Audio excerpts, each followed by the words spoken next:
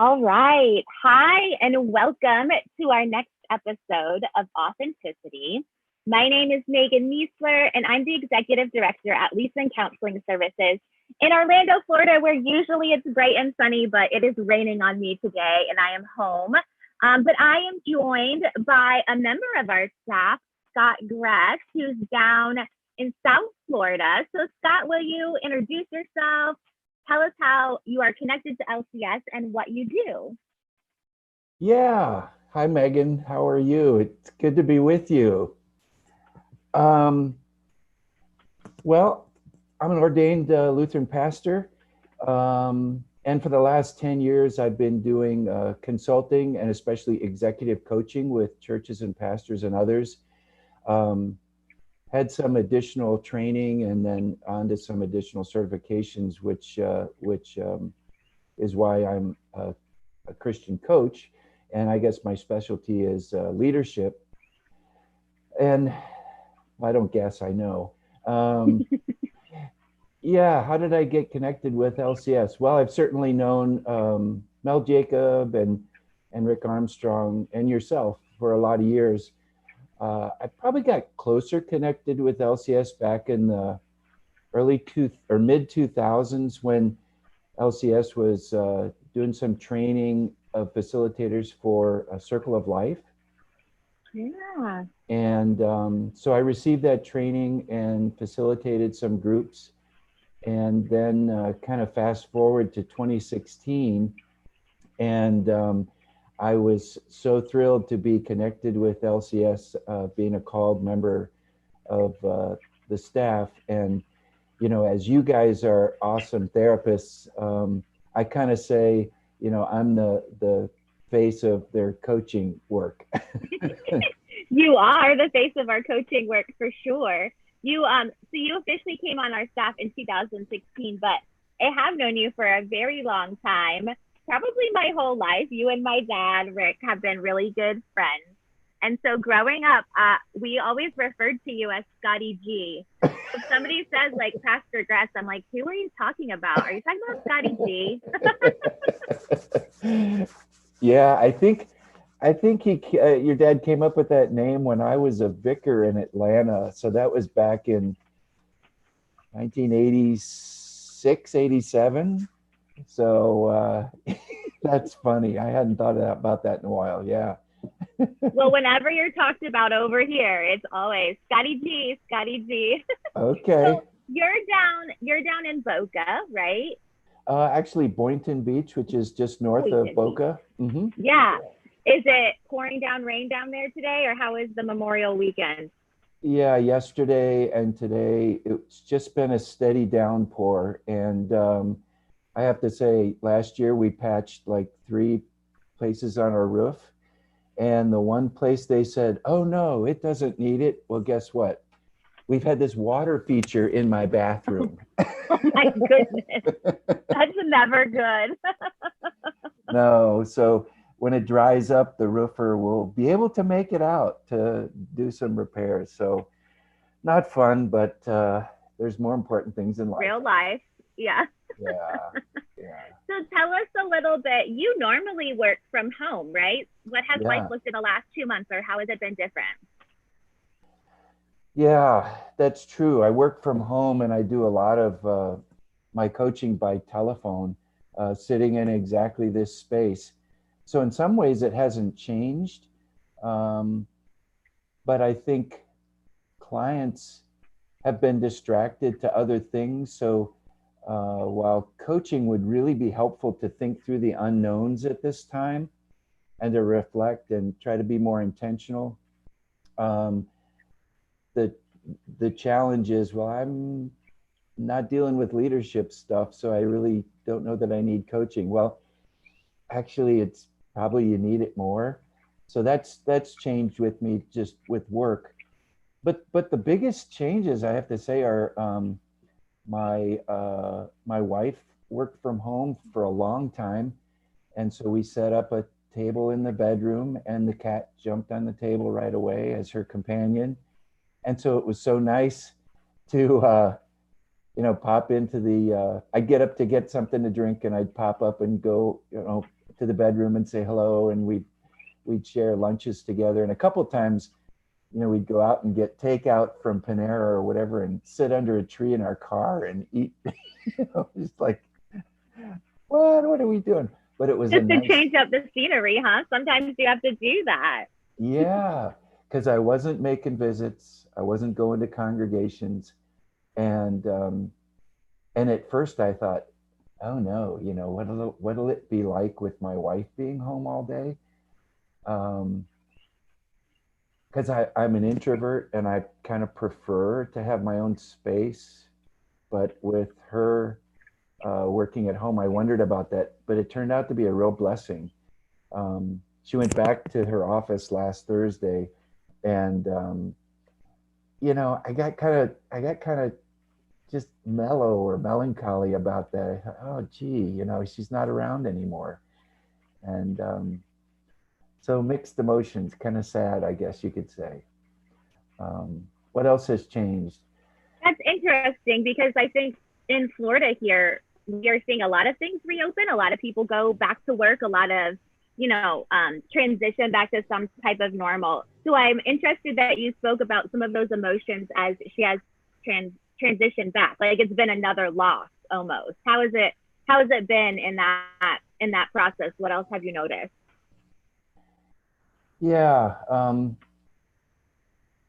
just that, I thought to myself, will this be kind of like what retirement is like when we both retire, that she'll be around? Probably. But that also got us to talking more about, well, what will that be like? And how can we do that in a healthy way? And she's had dreams of working at an animal shelter or volunteering at the zoo or, doing things like that. And we kind of came to the conclusion, well, why wait? Start into some of that stuff now, or at least look into it.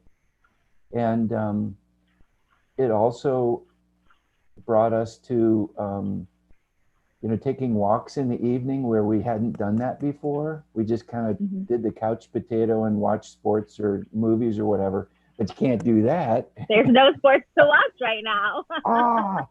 So we've been taking a lot more walks and riding our bicycles until the tires, popped, and had to get some tubes replaced.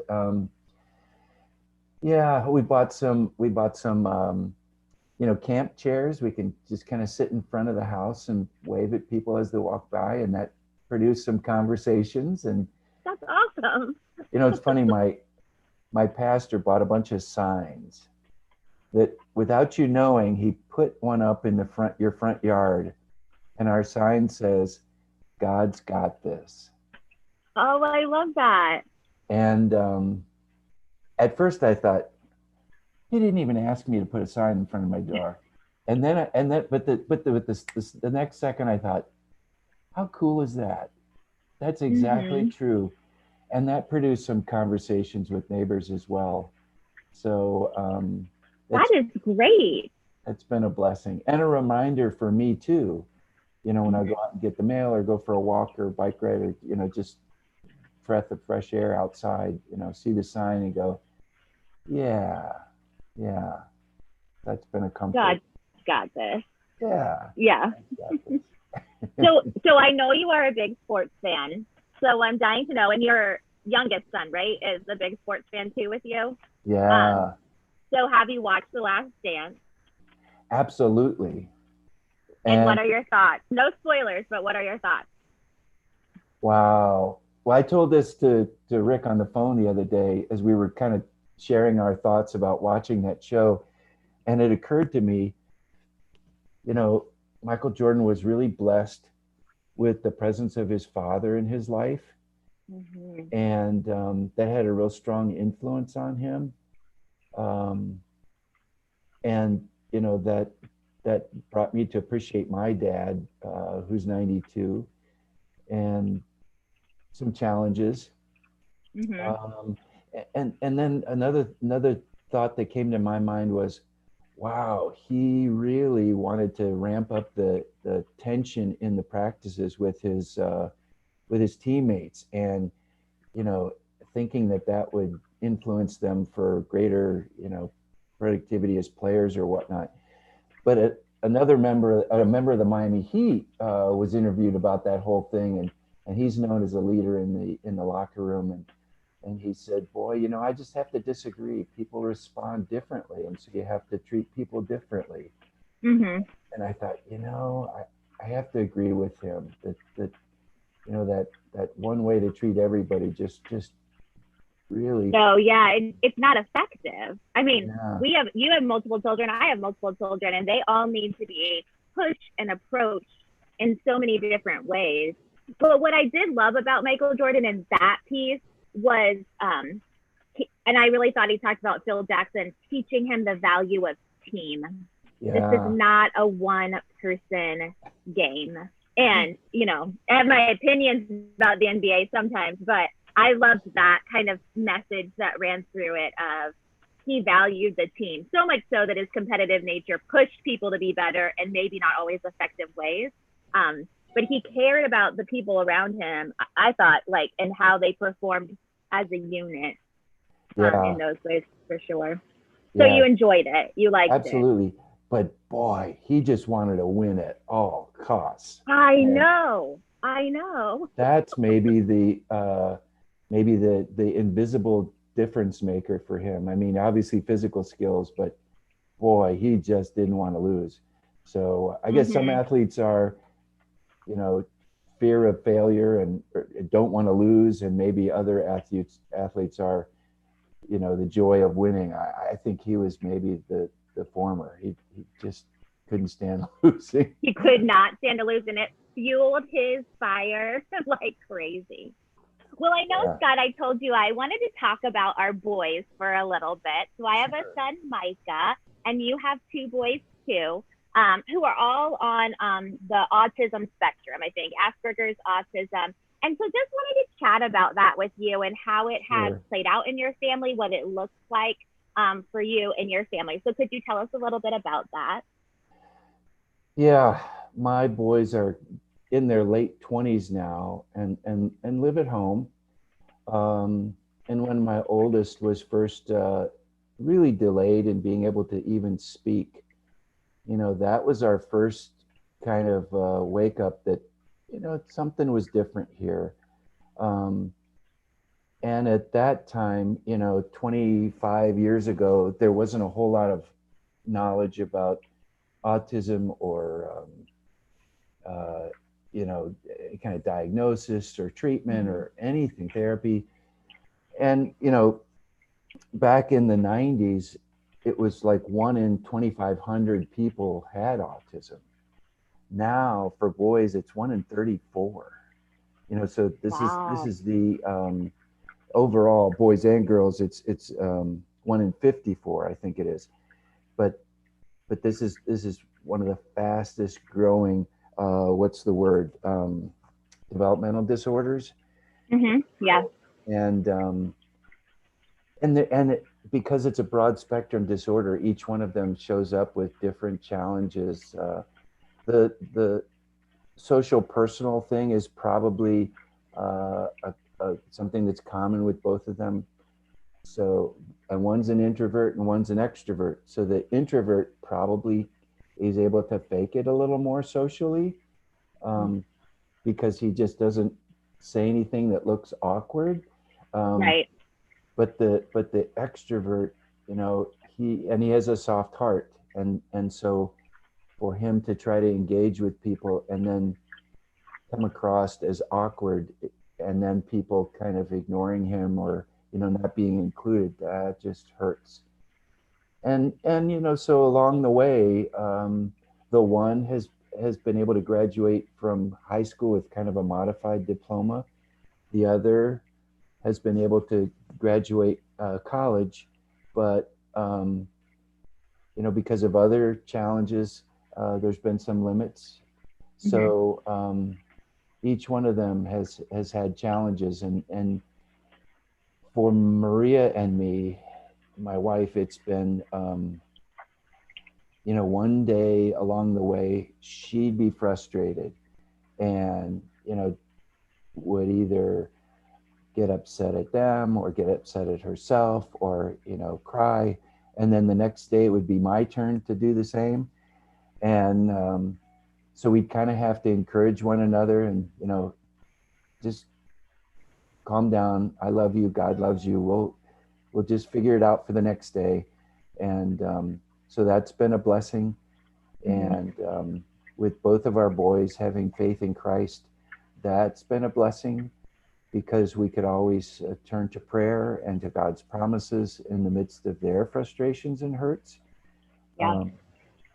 So I'm kind of rambling, but no, it's okay. I have a question though. So I know, and I shared a little bit on here. So Micah, my oldest, he'll be 13 in like 10 days, which is terrifying.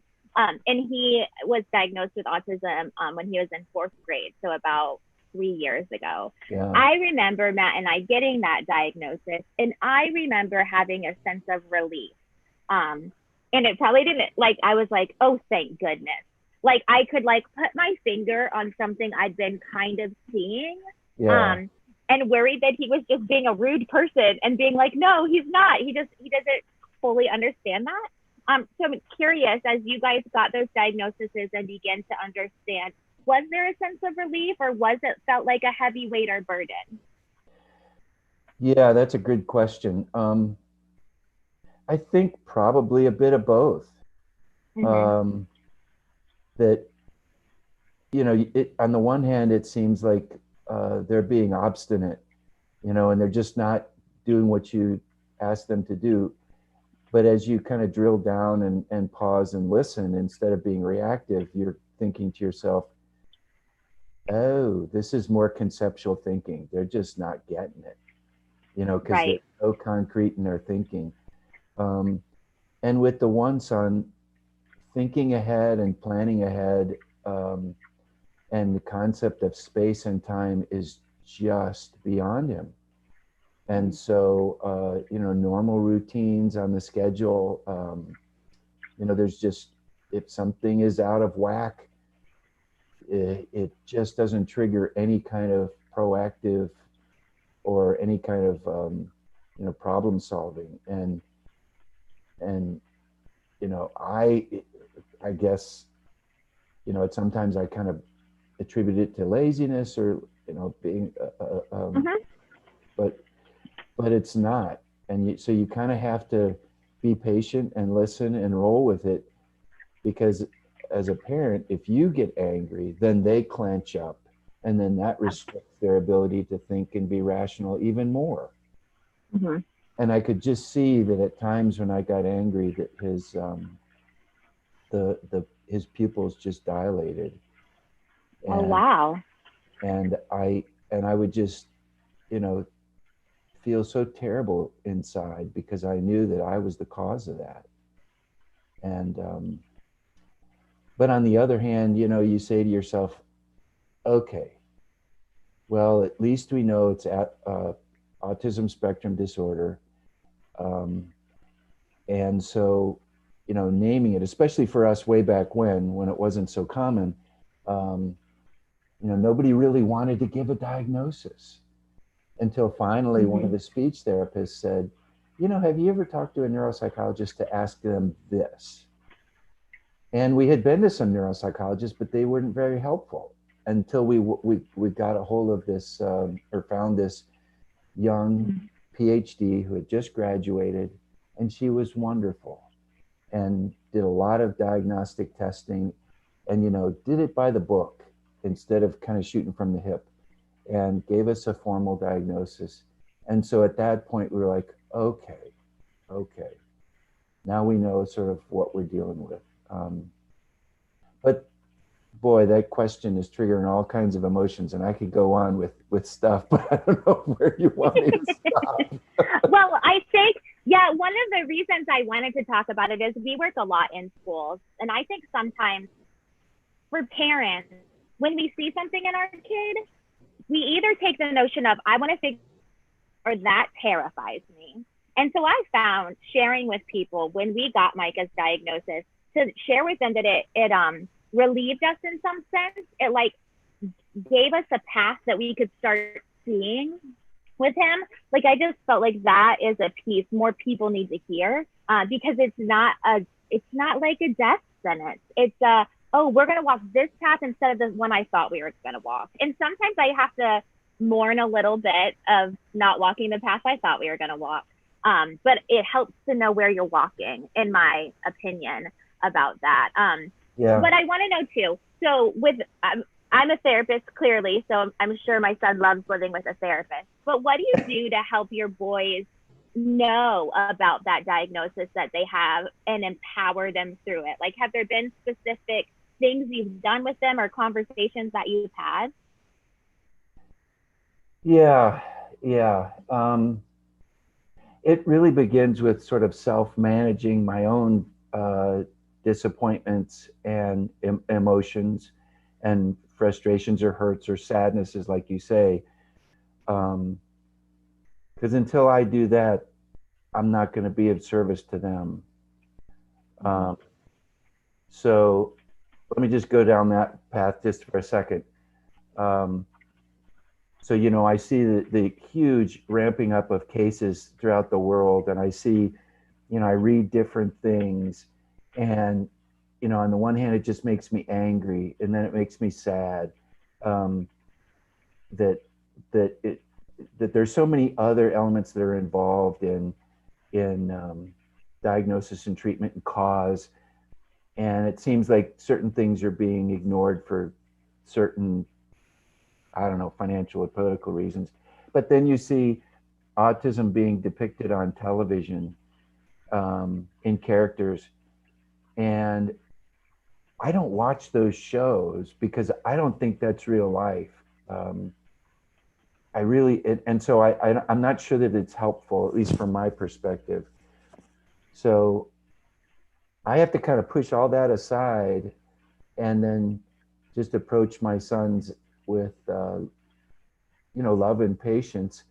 And as a coach, I think that's a great way to approach them. Just asking questions, helping them think things through. What do you think would be most helpful? What do you think the next step is? And and helping them to mature and to own those decisions rather than me trying to impose and tell them what to do. And when you tell anybody what to do, especially a teenager, Yes. but I think it's also involves faith and trust in God, and we've had there's been a real blessing in the Center for Autism Related Disorders chapter down here, and connecting them with the adults with Asperger's group.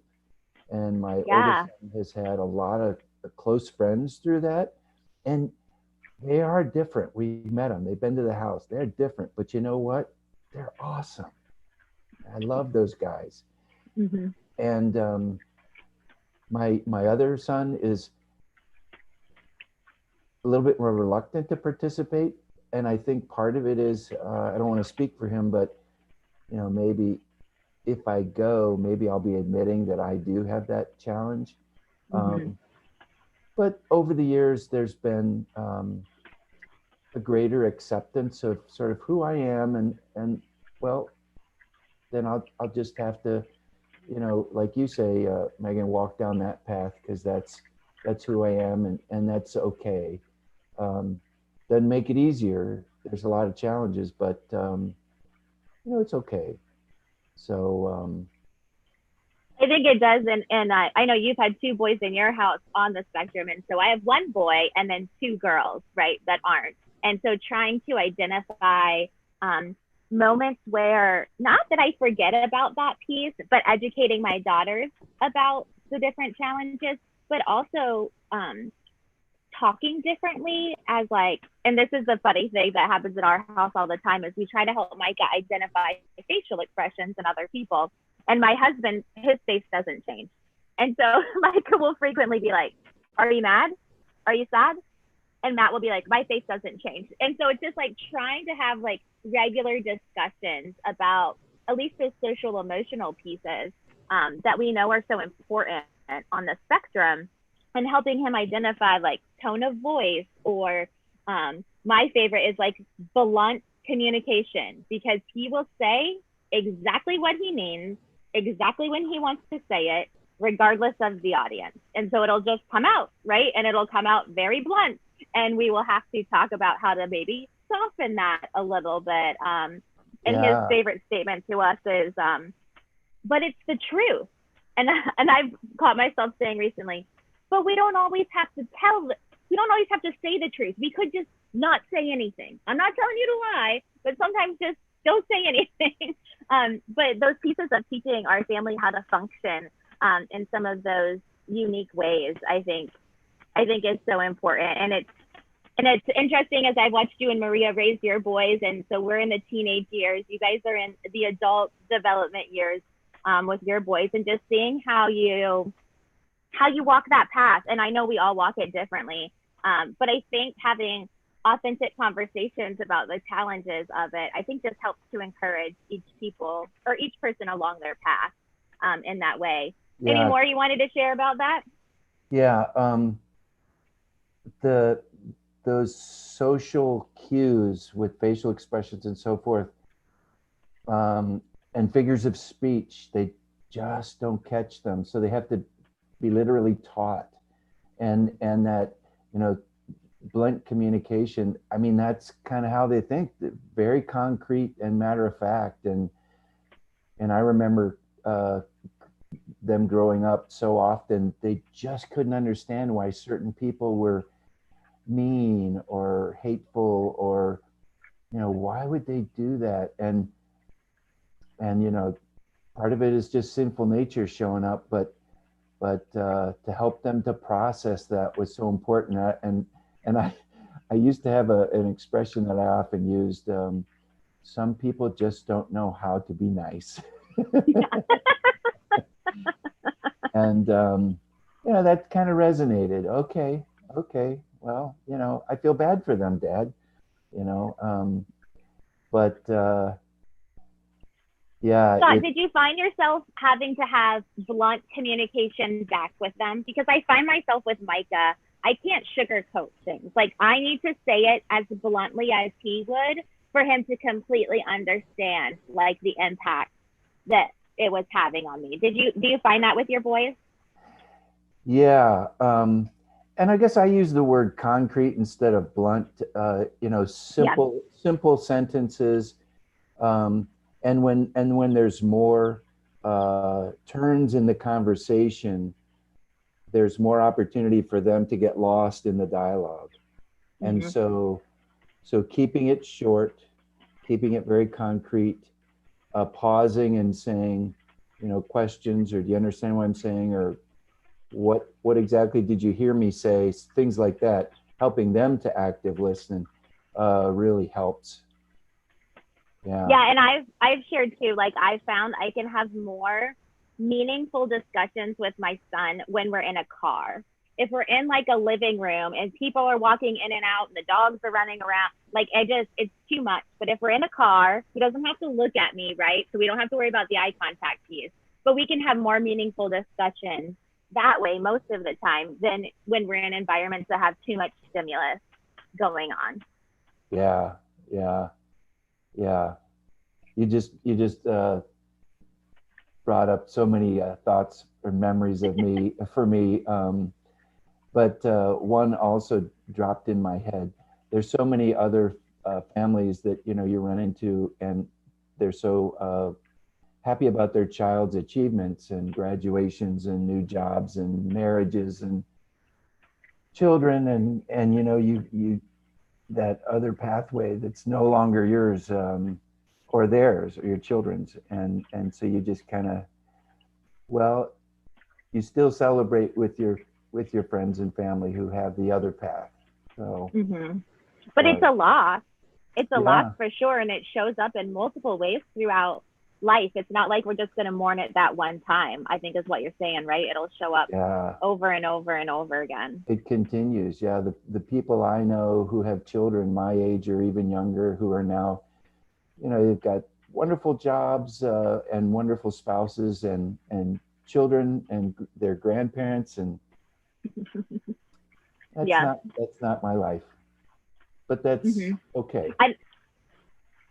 And it is, but I appreciate you being authentic about it. Like, it's still a loss, and it's still a hurtful piece for Yeah, sure.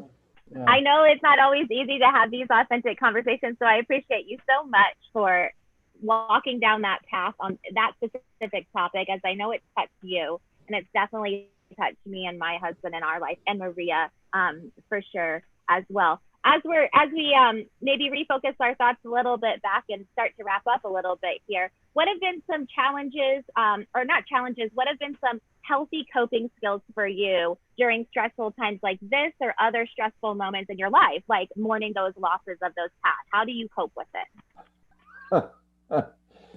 um, as a person of faith, the scriptures and prayer has been a real wonderful.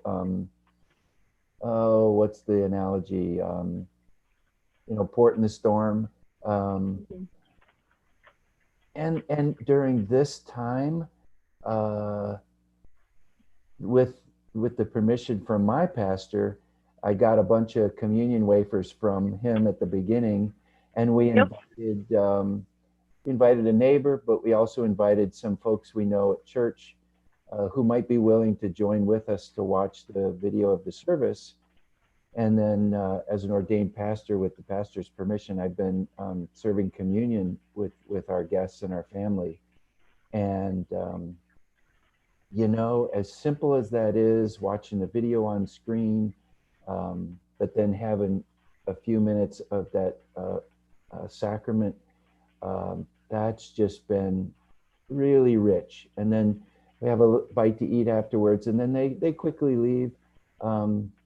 But that sense of fellowship and normalcy and spiritual encouragement, and being able to serve in that way that I don't normally, because I'm not a pastor of a church anymore, um, has been wonderful. Normally, since I work at home in the afternoon, I kind of, when my calls are over and I've just got desk work to do, sometimes I'll take my laptop or my iPad and I'll go to Panera Bread or a coffee shop, and I'm around people. I'll talk to somebody occasionally or make a new friend, and then after an hour or so, I'll get a lot done, and then I'll go to the gym, and it's 4:35, 5:30 by the time I get there, and then I'm around more people. I've exercised. I've kind of got some oxygen going in my brain, and I feel refreshed, and I go home, and if Maria isn't there, she soon will be. And it's kind of a reunion after the day of being separated. Well, with this situation, You're never uh, leaving.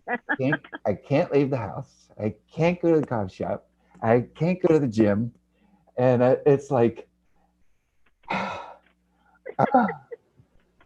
my normal sort of coping mechanisms it's just not there. Oh, So the walks, the bike ride before the tube blew and I could find a replacement. Um, I, you know, I can work out from home, and I have been, um, but so that not normal the same. Yeah. has just been different. But so had to make some adjustments. But so I don't know if that answers your That's good. question. No, I think it speaks to how much we use fellowship, right, and communion, not even just in the sacrament sense, but in the communion of being with people as a way to cope, right, Uh, as a way to relieve stress. And that's been one of my biggest fears for people as we are coming out of this. We've got to engage back with people as we are able to as well. So one of my coping mechanisms is clearly the pool, and you have seen my floats that have just been like wandering over. So I don't remember this float's name, but this is the flamingo, and she slipped upside down because my family tries to land on her, and nobody can land her. And then we have Uni the unicorn. Those are my coping mechanisms: large inflatable floats in my swimming pool. Watching them or floating on them or what? Floating on them. I don't normally just sit and watch them. Okay. So one of my favorite things for McKenna and I to do is we each lay on a float and we look up into clouds and we play the clouds game, you know, where you like can see different shapes like an alligator or something in the clouds, and she loves it and Nice. enjoys it. Nice. I have to admit, Well, I've been in the pool a little bit more often than the last have you? 10 weeks. Good. For sure. Well, thank you so much for joining me. I told you could ask me anything. Do you have anything that you wanted to ask me? Has your work and responsibilities increased, decreased, or just been different since this pandemic? Increased for sure, but increased in a way too where before I could just go to work and just be at work and spend like a couple hours straight doing work, right? And now my brain has to switch back to the kids and making sure they're getting their needs met. So Wednesday is the last day of school, and I'm so excited for that. I hope work will not decrease, but be like succinct in my day instead of having to switch hats back and forth so much. Does that make sense? Yeah, absolutely. Yeah, it's been an interesting season, that's for sure. Mm, Well, good. thank you so much for taking the time to join us. As I've been doing with everybody, do you have any prayer requests, things that are on your heart that we could lift up in prayer?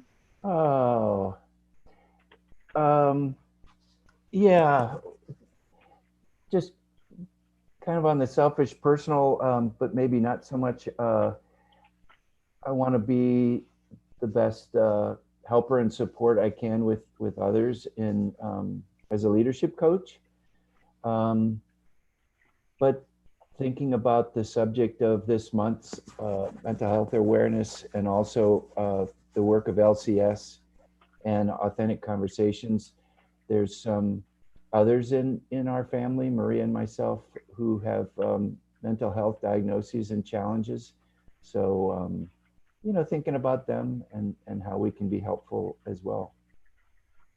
Yeah, and just I think sometimes we just need courage, right, to have authentic conversations, and I think once we do it normalizes it for people. But yeah, I will definitely And lift it that up doesn't in have to prayer. be, and it doesn't have to be challenging as we as if we're challenging them in the conversation, but more just gently asking questions and listening, and being present. I think that there's so much value in that maybe we don't give enough credit to.